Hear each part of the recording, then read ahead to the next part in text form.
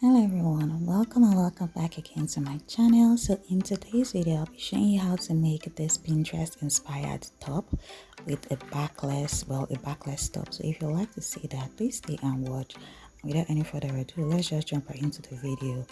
So I already created the bodice block and I am in size UK8 just in case. And now what I'm doing is I am measuring 3 inches from the neckline and I'm going downwards 6 inches. After doing that, I'm just going to draw a straight line where I mark the 6 inches at, and at that place I'm going to mark out 3 inches.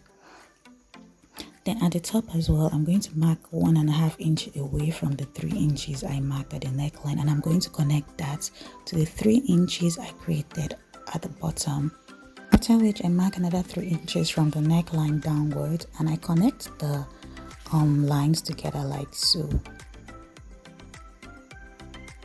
Then next step I'm going to do is I'm going to mark an inch downwards from my armhole depth, and I'm just going to create a curve and connecting the neckline to the armhole like so.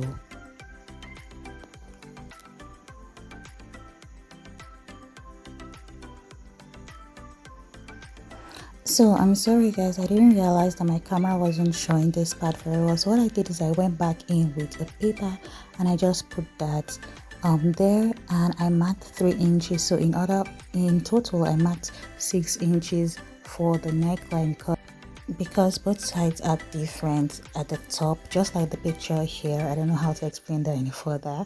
And after doing that, I just went back again to just curve out the top, but I feel like that's where I made a mistake, because it ended up being there was a little space at the sides of the top, which if you do mind, you just go back and create a dart to cover it up. Okay, so that's really not a big deal. And that is it for the front part of the top. Then now let's just go to the back. So for the back, you would need to fold your pattern paper into 2 like so. Then you're going to cut out the back bodies to work with. But before I do that, I went in to put in my seam allowance. So if you do not put in your seam allowance when you create the bodies, don't forget to put in your seam allowance when you're cutting out the fabric. So after doing that, you're just going to go 3 inches from the middle part of the neckline for both sides. So in total it will be 6 inches. Then you're just going to take that top neck you created and just mark it out, because you're going to create a strap like this picture right here. And after doing that, you go down an inch from the armhole depth. Then you just connect the 3 inches you created away from the neckline down, so that's 1 inch. And I hope it's self-explanatory, just in case you can't see. And I'm sorry it's going too fast. Then you go down 2 inches, you go up 2 inches away from your waistline, and you connect the other line to it like so. So after doing that, for the bottom part, which is the strap at the bottom where you tie, you go up 3 inches from the waistline and you just draw a straight line like so. So the first one I did, I felt like it was too curvy, so I just went in with a straight line like so. Then after which I just went in with my curved ruler to just curve it a bit. So now I'm just creating a seam allowance for the strap. But like I said, if you do not create your seam allowance on the bodies, don't forget to create it when you're cutting out your pattern or you're cutting out your fabric.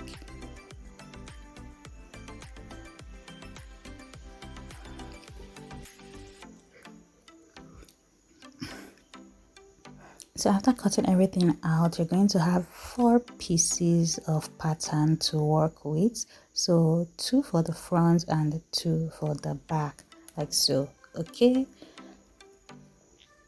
So this is the fabric I'm going to work with, and just folded it into 4 parts so I can cut out 2 patterns or 2 fabrics for the front. Okay, so I just created like a shoulder depth, and I also created the seam allowance, and I put the top on the shoulder depth like so, and I'm just going to trace out the pattern on the fabric and cut it out.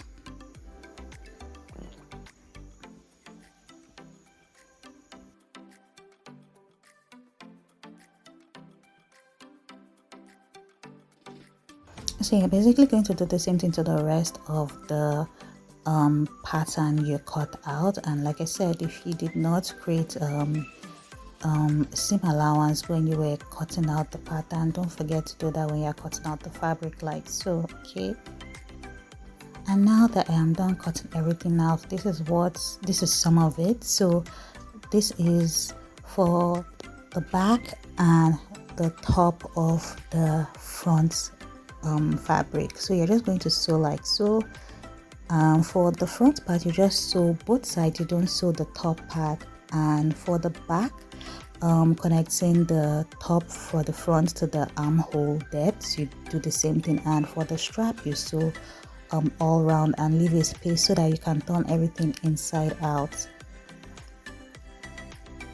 So the reason why you shouldn't sew everything all around for the neckline and the back side is because you're going to want to connect them like so. Have right sides facing each other and you just sew it down. After you sew it down, then you can have the top parts the right way.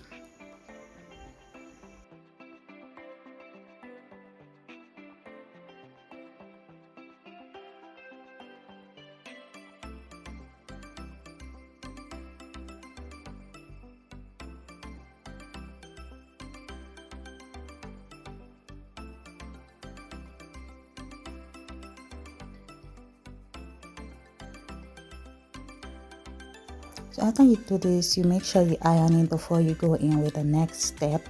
So now that I am done doing everything, I'm just going to remove one of the front bodies first because we do not need that one. And for the straps and the other parts of the fabric for the back, we're just going to connect them to the front bodies like so. So this part right here, we're going to start connecting it to the neckline.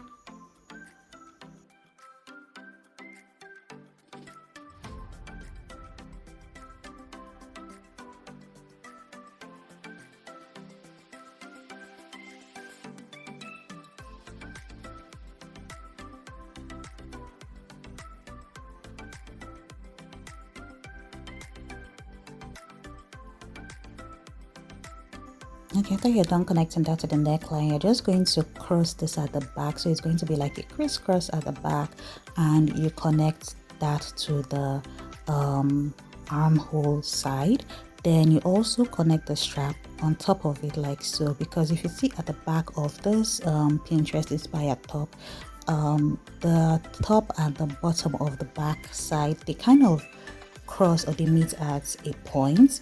So that is what I'm doing right here, and I'm connecting all of them like so, then pinning them down.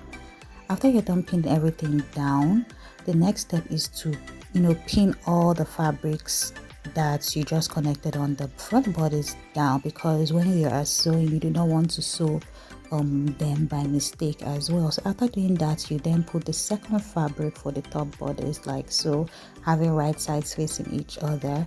Then you pin them everywhere. Then you just sew round, but also make sure you're leaving a small space to turn this inside out.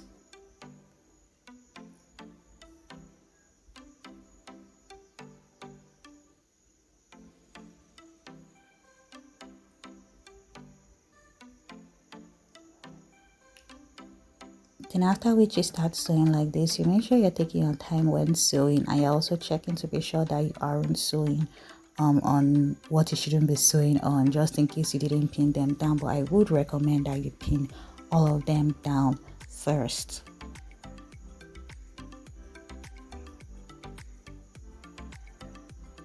So after which your top project is done, this is what the final result looks like.